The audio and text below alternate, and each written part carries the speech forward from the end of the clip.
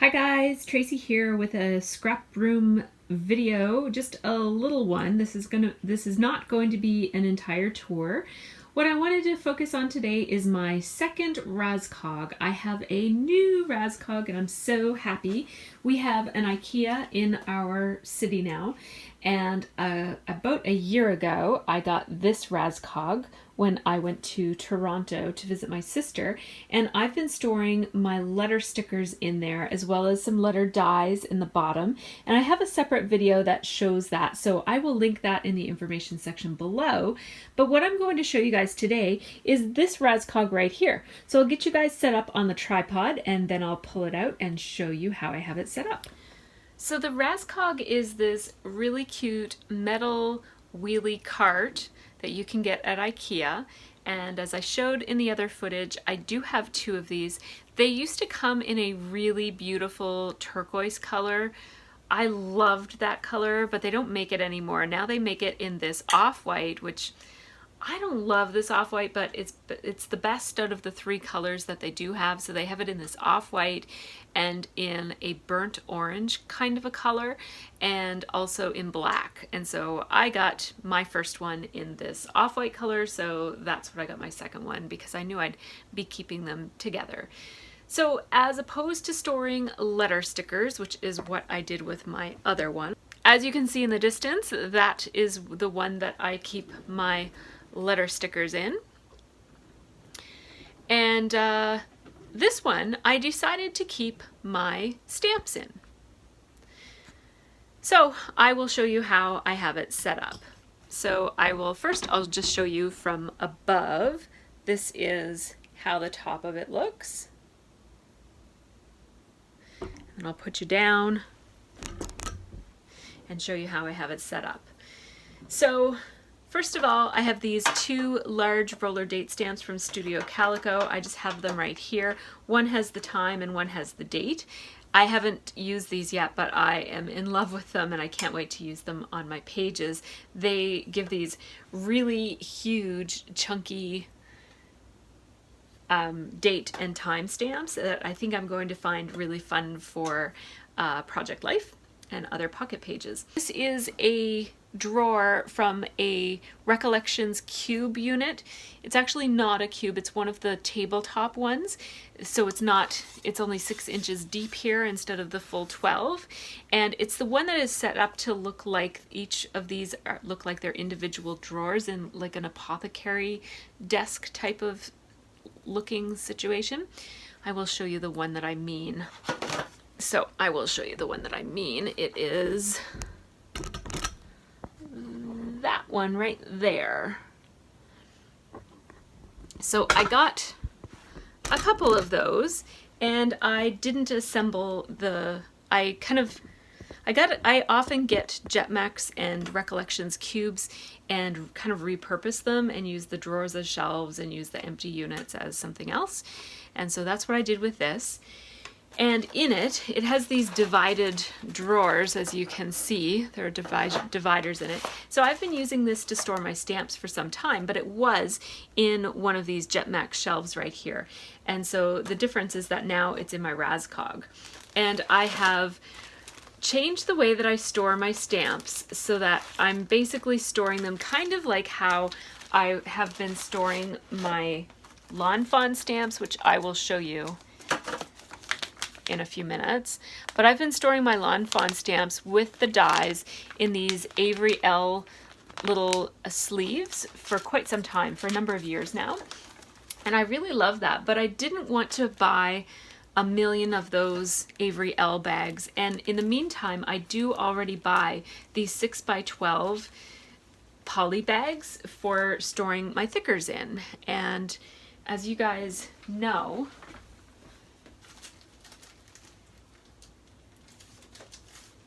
I repackage my thickers into these 6x12 bags.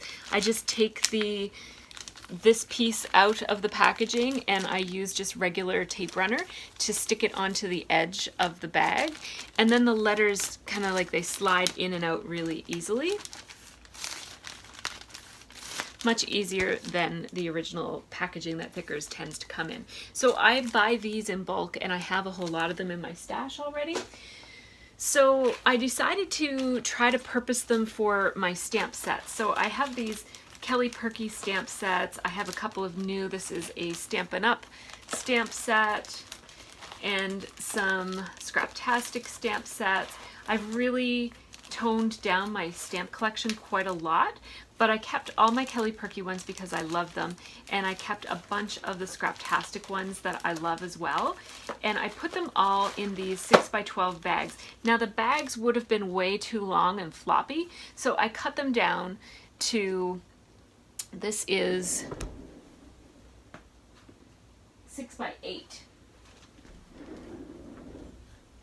So I cut them down to 6x8 so that they wouldn't be quite so floppy, and I can basically, you know, grab the stamp, use it, and then put it away pretty easily, just like that. So I have my main scrapbooking stamps there. In behind there, I have my small Misty tool, which I love. This is the mini Misty. And then I have more stamps here, and a lot of these stamps, like this Bon Appetit one, this Happiness Is, and this one from Studio Calico, these used to be on large 8.5 by 11 pieces of paper, and I took them off and I just basically put them into their collection, like individual stamp sets now, instead of, I used to have like an 8.5 by 11 sheet of paper that would have multiple stamp sets on it, so I wouldn't have to flip through so many things. But now that my stamps are portable because they have wheels, I can just pull them right over beside me, and it's easy for me to flip through them like this and see what I've got. So it's not so important to me anymore to be able to glance at them. They looked kind of like this before, kind of like this, with the stamps on the back. Now I also have a couple of these tiny little stamp sets. These are 3x4 sized stamp sets. So what I did with this was this piece of plastic is actually the tops of these bags. So this is 2x6. And then I just took my fuse tool and I closed the bottom to make all these tops into their own little bags, so that I could keep my 3x4 inch stamp sets in the tops of those bags. And it basically works exactly the same way. Like, here's my Gilmore Girls stamp set from Kelly Perky. So I really like this setup for my stamps, and I like it so much that I decided to also change how I store my alphabet stamps, which are right here. So these alphabet stamps I used to keep someplace else in my scrap room, and so what I decided to do was I just, if I had the original packaging, I used the original packaging, and if I didn't, I just used a Project Life grid card so that it wasn't, basically, I didn't want to have see-through. I wanted to have something white behind the stamps so that they're just a little bit more visible. And so I basically, most of my alphabet stamp sets are in 12x12, are in the 4x6 sizes, so they fit really well with a Becky Higgins card. This one I had the original packaging for. And so all of my alphabet stamps are here. I do have some small alphabet stamps, and they, again, I just use the same tops of the bags to hold those. And then all of my alphabet stamps fit quite nicely. If I could see, I could get them in there nice and straight, and they fit right there. And so basically, when I'm using this, I can see it from this angle pretty well. I can see all of those stamps, and I can just flip through these and have a look at what I've got. So let's look at the next level. So the next tier, the middle tier, has this little tray in it. It's just a fabric tray, and it comes from an older Jetmax / Recollections cube. This one right where? This one right there that has those, it has like little cubby drawers. So these came with this cube.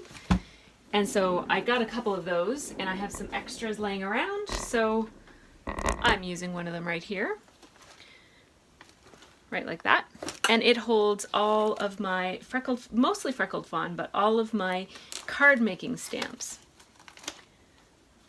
So, as I showed you before, I keep my card making stamps in their original packaging, but I keep them with their original backings, but I just slip them into an Avery L bag, and I put the coordinating dies on a magnet sheet that I get at the dollar store, and I just use my ATG to attach that magnet sheet to this card, and they stay like that.